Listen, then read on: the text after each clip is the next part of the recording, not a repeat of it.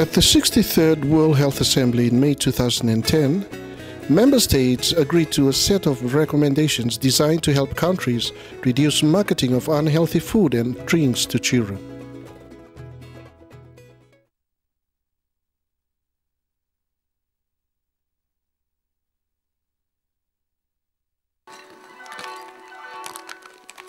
Today's children are at risk of information overload. Studies indicate that by the time a child is 10 years old, they will have seen hundreds of thousands of advertisements. To make matters worse, up to 80% of all food advertisements they see are for food and drinks that are bad for their health. This is a problem when today more and more children are overweight or obese. An unhealthy diet in youth can lead to serious problems like heart disease, cancer and diabetes in later life. The Pacific Obesity Prevention in Communities study conducted in Fiji, Tonga, New Zealand and Australia in 2005 shows that up to 26% of children in Fiji and nearly 60% of Pacific children in New Zealand are overweight. The study also found that children's diets are becoming increasingly unhealthy. Only half eat more than 2 serves of fruit every day.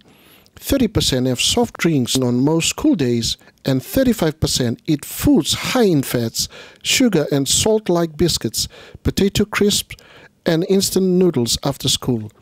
According to Dr. Chen Ken from the World Health Organization, childhood overweight or obesity is a major problem in the Pacific that needs to be addressed now.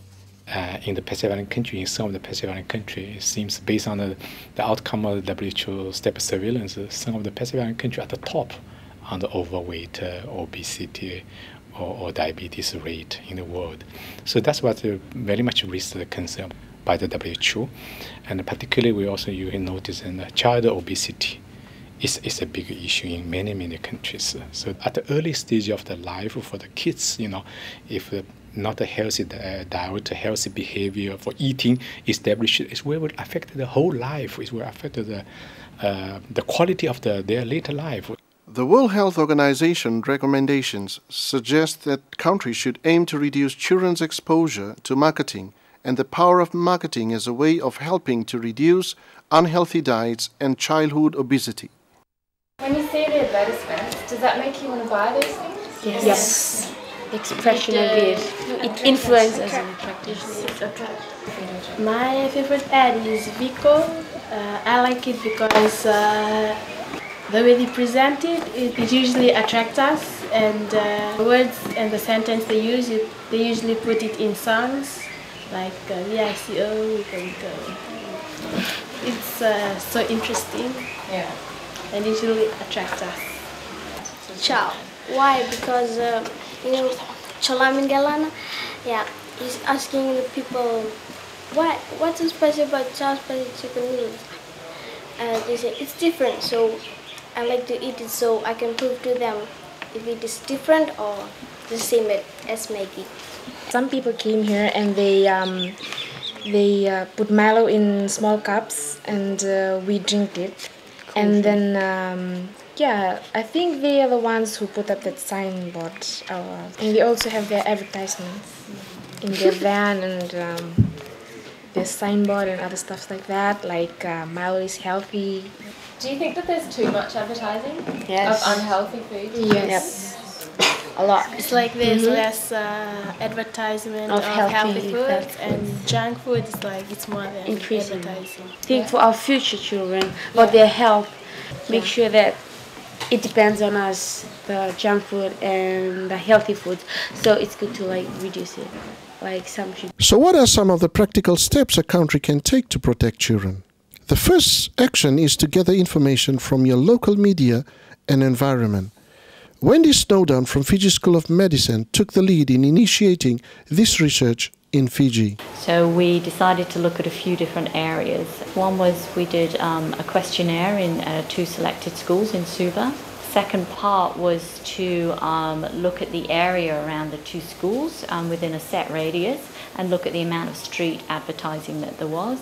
And then to do a web survey of the amount of events and sports events, things like that, that had been sponsored by food companies.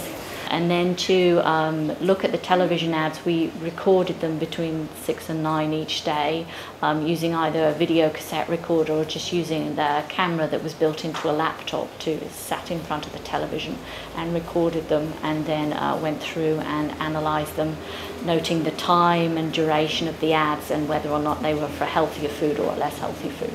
The results of this research were quite interesting. The study showed that all unhealthy food advertising was in children's viewing times. Many of the advertisements viewed were for instant noodles, ice creams, chicken sausages, and fast food. So we certainly identified from the results of the research that there was an extensive problem here in Fiji with the amount of advertising going on, and a lot of it targeting children or certainly impacting on them. So when we looked, we found quite a lot of advertising on the street, 60 to 70 kind of advertisements in the school area, like billboards, shop signs and so on, advertising particular products. So potentially children are walking to and past these places each day, going to and from school and being exposed to advertisements there. Looking at the amount of sponsorship of sports events and similar activities like that, we identified at least a dozen activities in the previous year that had been sponsored by food or drink companies that would be classed as less healthy, like soft drinks and instant noodles and biscuits and so on, that had sponsored those events. And certainly the majority of those were really ones that were key events for children. They were clearly targeting children linked around the school setting and so on. So overall, the results indicate that there's a significant problem with the amount of advertising going on. Some of the messages are misleading in the adverts, which the children are also picking up on and recalling. And so we are impacting on their decision making and their knowledge with the advertising that's going on at the moment. Once data has been gathered, the next action will be to look at introducing legislation, policy, or voluntary codes.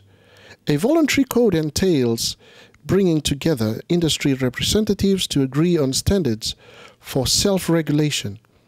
Some countries have adopted this approach, but it may not be as effective as legislation. An important part of the legislation process is working with schools and school canteens to introduce healthy eating policies. Dr. Temo Wanganivalu from the World Health Organization is supporting Pacific Island countries with this process.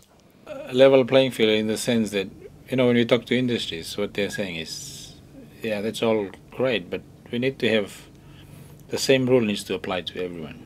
And what we are saying is not, because others could go away and bring in food and do their own advertising, while some of us cannot. So as long as there is a rule that applies to all, which I think is where government comes in terms of legislation, then we can all follow that together. Jemima Schulz, senior nutritionist in Fiji, is leading the legislation process.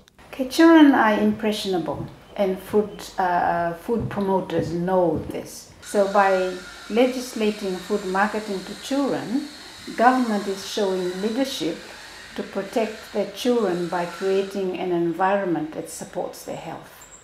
Okay, as you know, any legislation, enforcement is an important part of it, because if it isn't enforced, then it becomes useless. In the case of Fiji's marketing controls, I believe government is responsible for enforcing it and is well placed to do so. Whatever actions are taken, countries need to think about what measures they will put into place to encourage compliance with legislation, policy or codes, and what action will be taken if these are breached. Consumer organizations are key to supporting the enforcement of legislation. Consumer Council being a watchdog, we see what's happening in the marketplace, and in terms of implementing those legislation, we will see what are the market practices and whether the legislation has been realized in the marketplace or not, and whether there is compliance or not. So we'll do our monitoring, and through our monitoring we can hold the various players in the market accountable. So by having a watchdog type of institution is very critical, because then you're able to see whether the legislations which are made is benefiting the consumers or not. I would encourage to have a body like Consumer Council. It will help the government in monitoring some of the policies, and it will help the consumers of that country. But if they don't have one, then there are other options. If there are NGOs with focus on children, these NGOs should be doing some monitoring of some of this legislation and flagging the issue, talking about the issue, putting the issue on government's agenda or public's agenda, so that there is more debate surrounding children and junk food. Reducing marketing of unhealthy foods and drinks to children is an important step to achieving healthy islands in the Pacific.